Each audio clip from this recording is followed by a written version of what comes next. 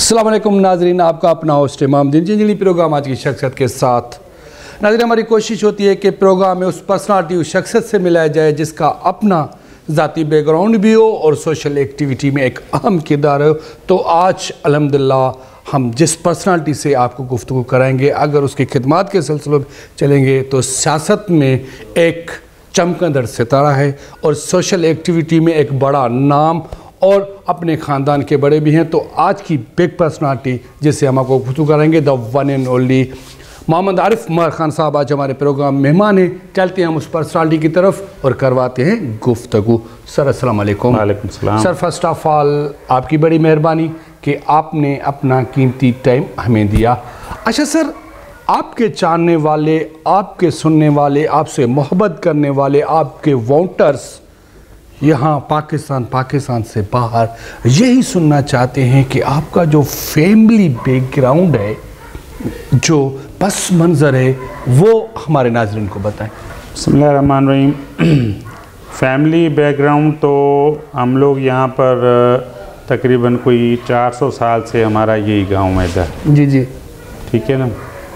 और पुरानी जो हिस्ट्री है उसमें पॉलिटिकल फ्रंट लाइन पे कोई एज सच नहीं था। जी जी। और पुराना जो हिस्ट्री है वो तो काफ़ी डिटेल में हो जाएगी। सही। तो अब्बू से, मेरे वालिद साहब से जो है वो एक्टिव पॉलिटिक्स में जो है ना उनका किरदार रहा है। और उसके बाद उनके साथ ही वो 3 मरतबा डिस्ट्रिक्ट काउंसिल के चेयरमैन रहे जब से डिस्ट्रिक्ट बनी शिकारपुर। जी जी जी। उसके बाद MPA, MNA और उसमें मुख्तलिफ ministries, speaker in the assembly, acting governor ये रहे। और उन्हीं के साथ फिर मैं वो जब फेडरल गवर्नमेंट में MNA थे तो मैं डिस्ट्रिक्ट नाज़िम था। 2 टेन्योर इधर काफ लीग की तरफ से था। और MPA भी हमारे साथ 2 थे, एक हमारे लखी तहसील का था। सही। और एक अड़िया सिंह जो MNA के नीचे 2 आते थे वो भी हमारे साथ ही थे। तो ये था। उसके बाद फिर छोटा भाई है वो आर्मी में था। सही। वो वहाँ से फिर आया तो उसके बाद शहरयार खान वो भी माशाल्लाह से MPA बना। बिल्कुल। और 3 टेन्योर वो बहुत अच्छी तरह से जीता भी है और उसने काफ़ी काम भी किया है।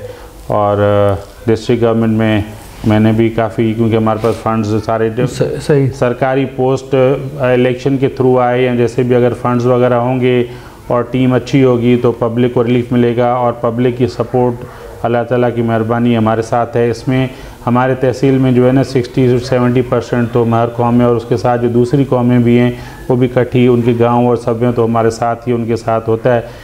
तो पॉलिटिकल में जाना जो है ना वो एक किस्म का ज़रूरी हो गया, क्योंकि अगर ये चीज़ नहीं करते तो फिर अड़ोस पड़ोस वाले जो है ना वो रहने नहीं देते। अच्छा सर, मोहम्मद आरिफ वो क्या बनना चाहता था अपनी लाइफ में? क्योंकि हर बंदे का अपना एक लक्ष्य होता है, अपना एक एम होता है जिस पर वो लाइफ सर्व करता है। क्या पॉलिटिक्स में आना वो आपका लक्ष्य था या ख़ानदान की रवायत को आगे बढ़ाते हुए आपने सियासत में कदम रखा?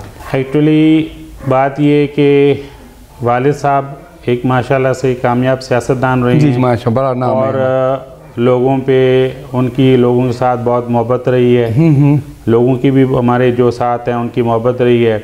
तो डेफिनेटली अगर कोई एक वैक्यूम बनेगा, जगह बनेगी, तो फर्स्ट ऑफ ऑल यही हम कोशिश करेंगे कि किसी ना किसी हैसियत से लोगों के काम, सर्विसेज उसमें हों तो इस हिसाब से आना जाएं। लेकिन जब मैं पढ़ता था तो उस टाइम पे तो कभी दोस्तों के साथ मशवरा होता था कि ये इंजीनियर बनना है, कभी होता था कि डॉक्टर बनना है। हाँ। वो तो उनके साथ एक माहौल होता था तो उसमें बंदा सोचता था। अच्छा। उसमें सोचते थे। जब वहाँ से निकल आए, इस माहौल में आए, तो इस माहौल में तो सबके वही था कि एक दरिया इस तरफ बह रहा है, तो अभी उसमें भी हमने रहना है तो चलना इसमें पड़ेगा। तो जाहिर बात है लोगों के साथ हेल्प। और ये होता है हमारे यहाँ प्रॉब्लम ये ना कि आप अगर किसी ठीक ठाक MNA MPA के बेटे हों, भाई हों, लेकिन आप कहीं भी मिलने जाएंगे ना तो बहुत ही करीबी ताल्लुक़ वाला को अफसर होगा। बिल्कुल। तो चलो और बात, अगर फ़ोन बाय चांस उसने अटेंड कर लिया तो आपको टाइम देगा।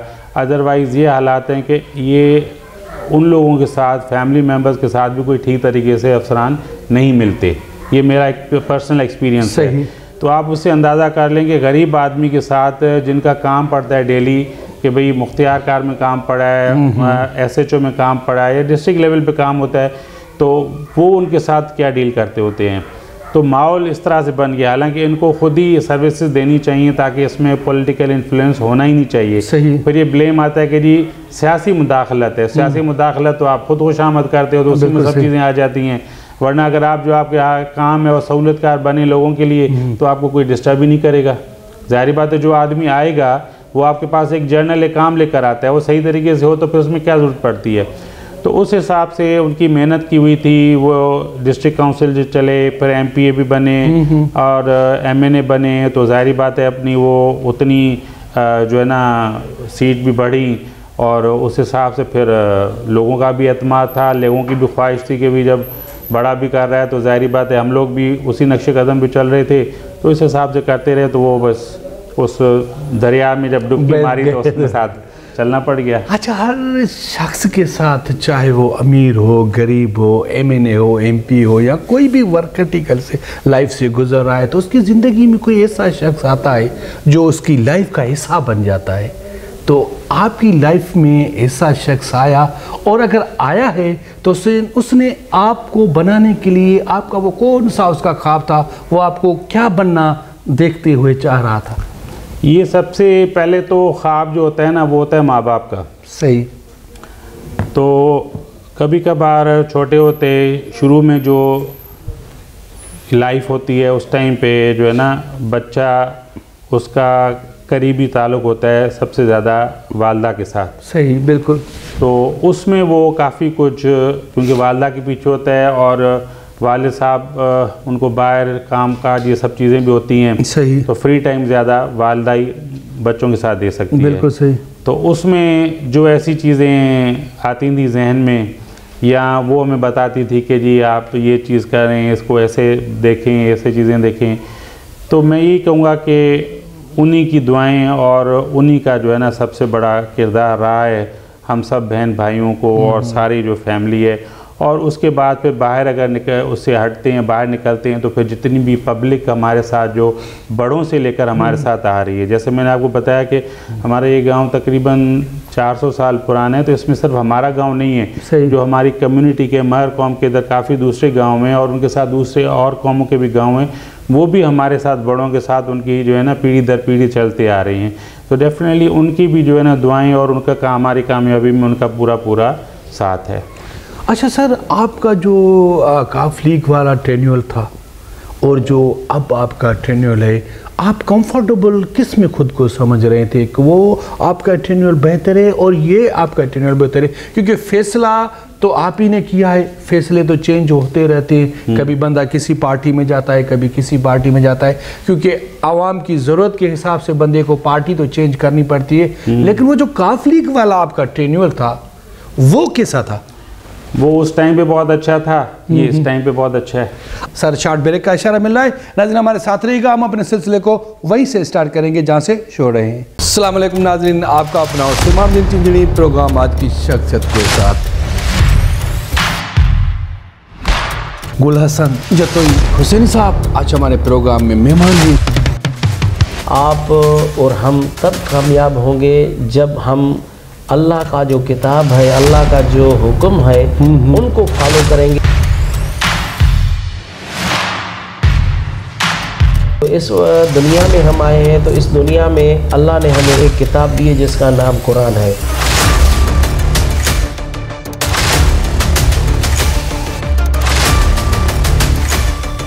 जहाँ पे अल्लाह का कलाम हो, जहाँ पे इस्लाम का निज़ाम हो, वहाँ पे थोड़ा डिफरेंट आ गया है, तो इस चीज़ को आप कैसे डिफाइन करेंगे? माशाल्लाह, आपने बहुत अच्छा सवाल किया।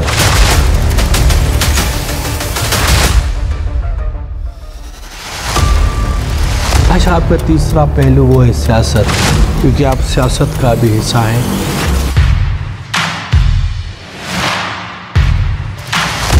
सोशल जो काम है मैं उसमें ही अपने आप को बेहतर समझता हूँ। और सियासत में आजकल झूठ कितना है?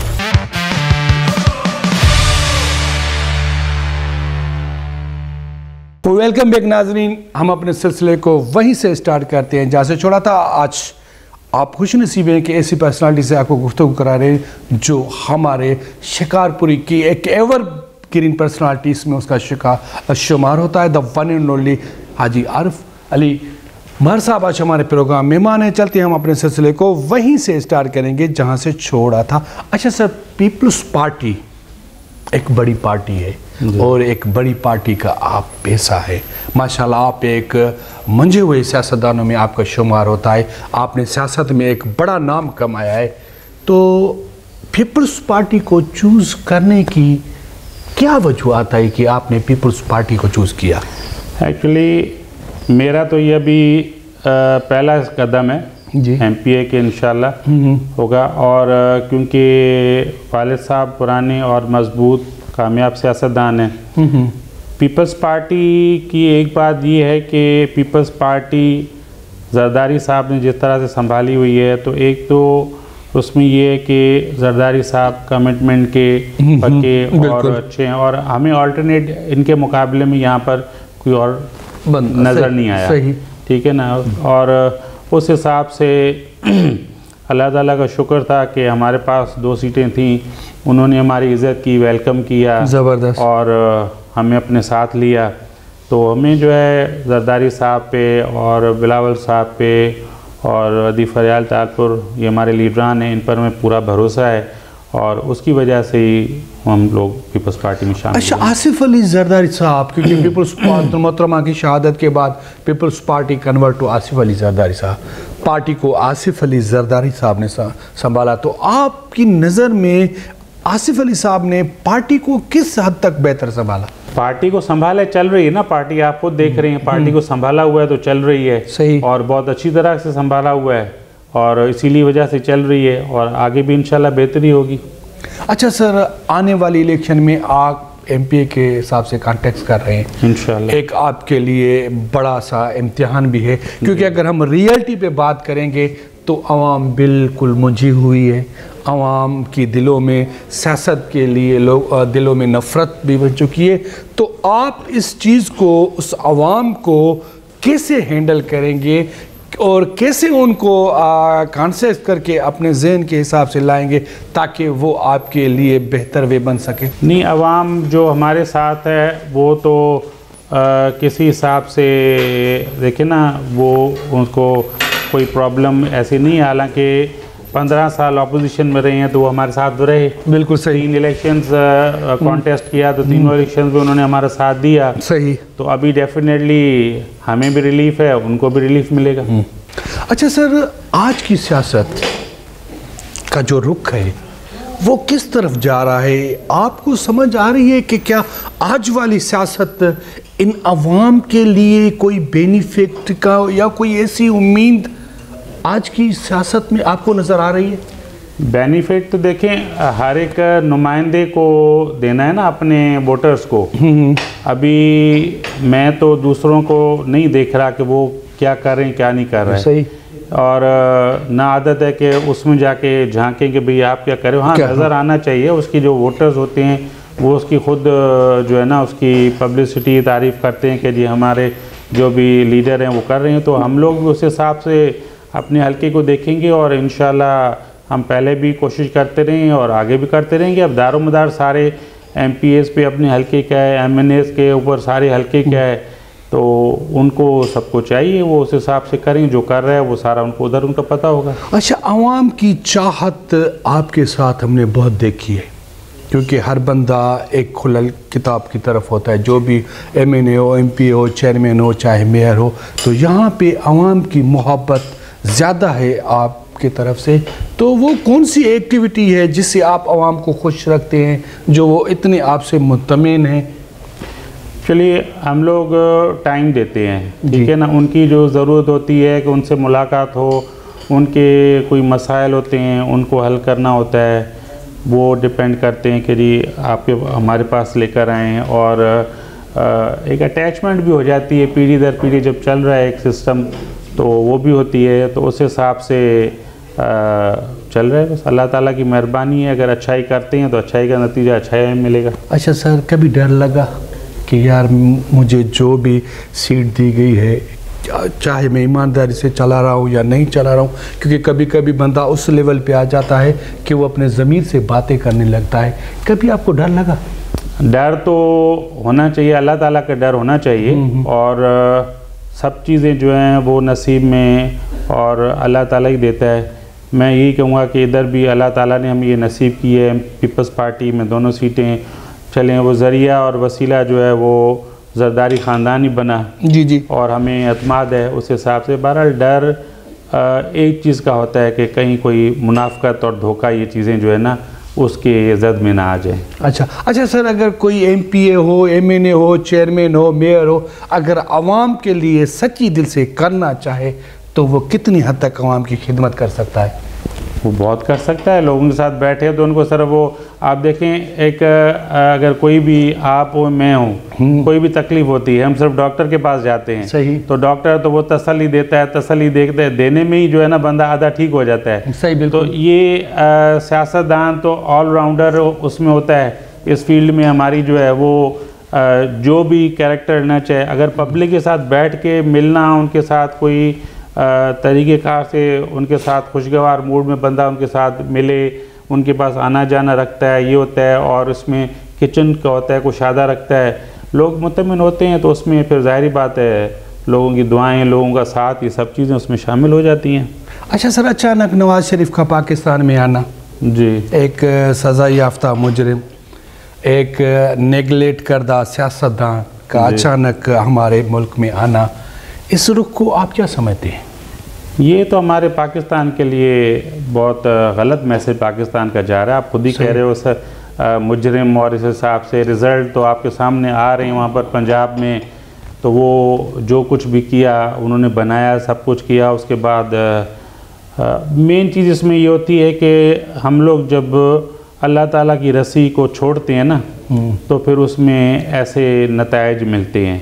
अब जब इतना कुछ करने और इतनी अल्लाह ताला ने इज़्ज़त दी, उसके बाद ये चीज़ें करने के बाद अभी ला के उसको बिठाया जा रहा है, तो रिज़ल्ट आप खुद देख रहे हैं। लोग वहाँ पर जो कह रहे हैं, तो आपके और मुख्तलिफ चैनल्स के थ्रू ये बातें आ रही हैं कि लोग उनका साथ नहीं दे रहे। काफ़ी को तो उन्होंने दिखा रहे हैं कि बेइज्जत भी किया है, बहुत कुछ हुआ है, तो ये होना नहीं चाहिए। अच्छा सर, अब आवाम को ख्वाब दिखा रहे हैं बिलावल भुट्टो ज़रदारी साहब की कि इंशाल्लाह ताला आने वाला वज़ीर आज़म बिलावल भुट्टो ज़रदारी साहब होगा। आप समझते हैं कि बिलाल साहब वो मोहतरमा वाला ख्याल, वो मोहतरमा वाला लक्ष्य उसको कंप्लीट कर पाएगा?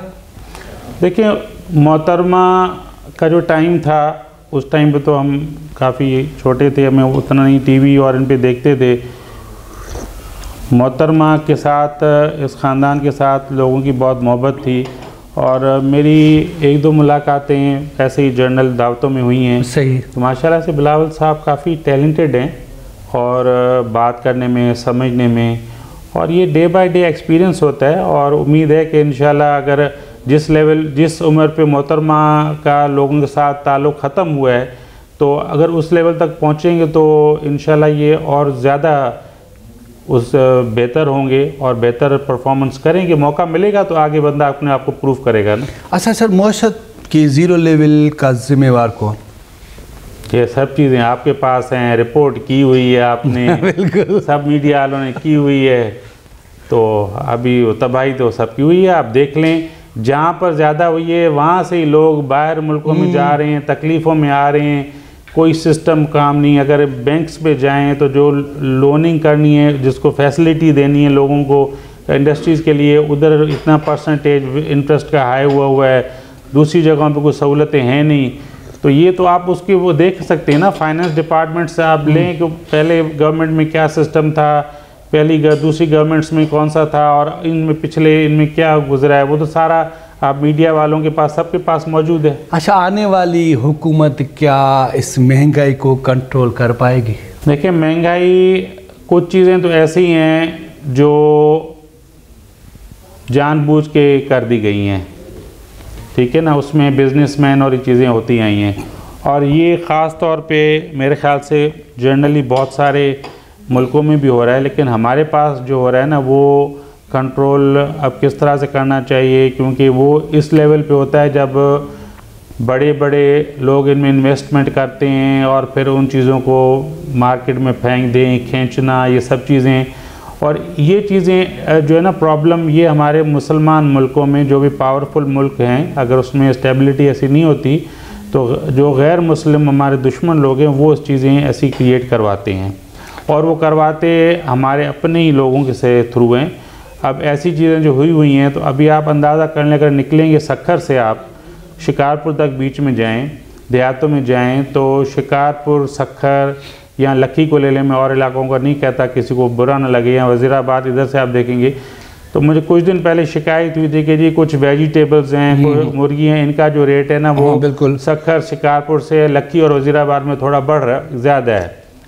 तो इधर जो है वो चेक एंड बैलेंस थोड़ा नहीं था, और फिर मैंने बुलाया सबको, मैंने कहा ये आप लोग गलत कर रहे हो। तो ऐसी चीज़ें, अब वो एक सिस्टम बना हुआ है हमारे पास, जब तक उस पर अमल नहीं होगा नीचे तक तो ये चीज़ें कहाँ पूरी होगी। और हमारे पास तो अल्लाह ताला के नेचुरल रिसोर्स इतनी, हमारे पास एग्रीकल्चर अपना है, तो हमें क्या ज़रूरत पड़ी कि हम जब खुद कुदरती हमारे पास वसाइल इतने अच्छे हैं तो हम लोग महंगाई की जद में आ रहे हैं। अच्छा सर, आपकी ज़िंदगी का कोई ऐसा दुख जो आप आज तक भूल ना पाए हों, ऐसा कोई इवेंट? अभी ये कुछ ऐसी चीज़ें हैं, उसमें कुछ पर्सनल भी हैं, तो ऐसा कुछ ऐसा इस वक्त मैं नहीं कह सकता। ऐसी कोई खुशी?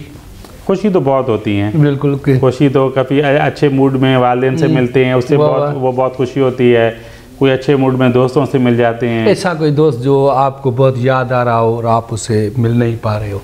इसमें फिर आप दूसरे भी सवाल इधर पर खींच लेंगे।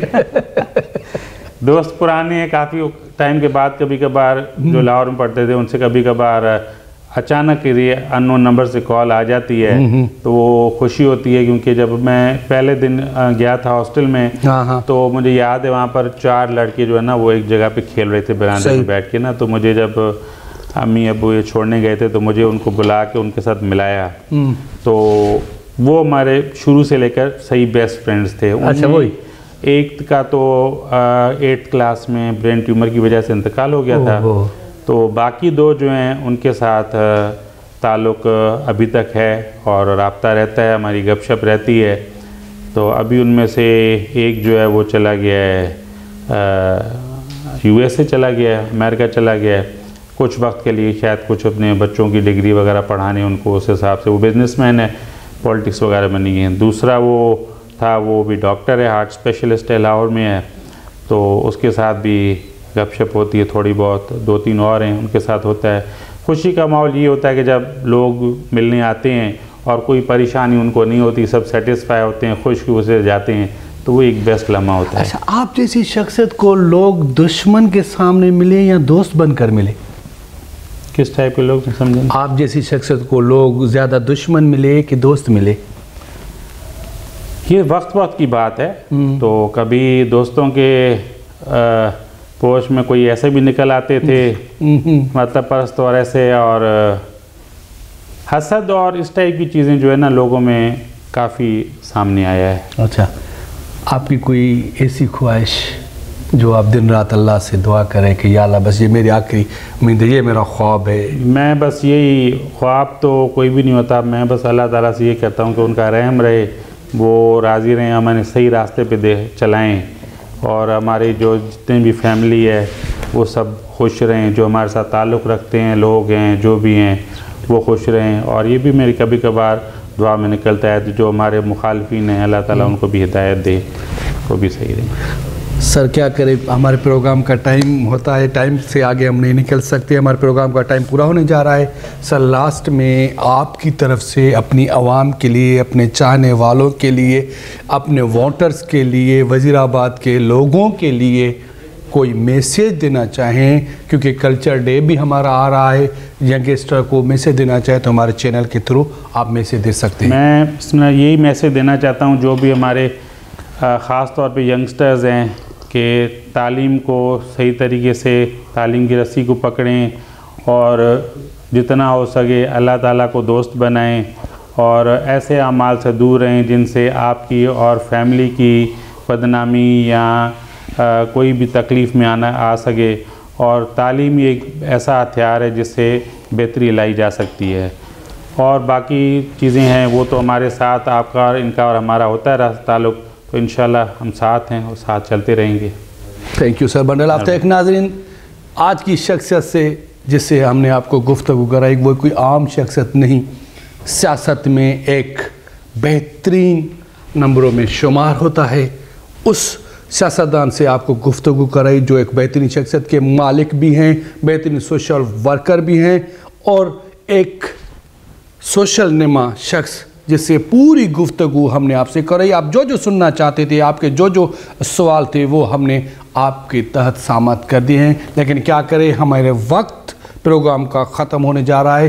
लास्ट में मुझे और आज की खूबसूरत पर्सनालिटी को एक खूबसूरत शेर के साथ दीजिएगा इजाज़त। कल का आज नहीं होता, हर पल बिराज नहीं होता, रहे सर पर हमेशा, दुनिया में ऐसा कोई ताज नहीं होता।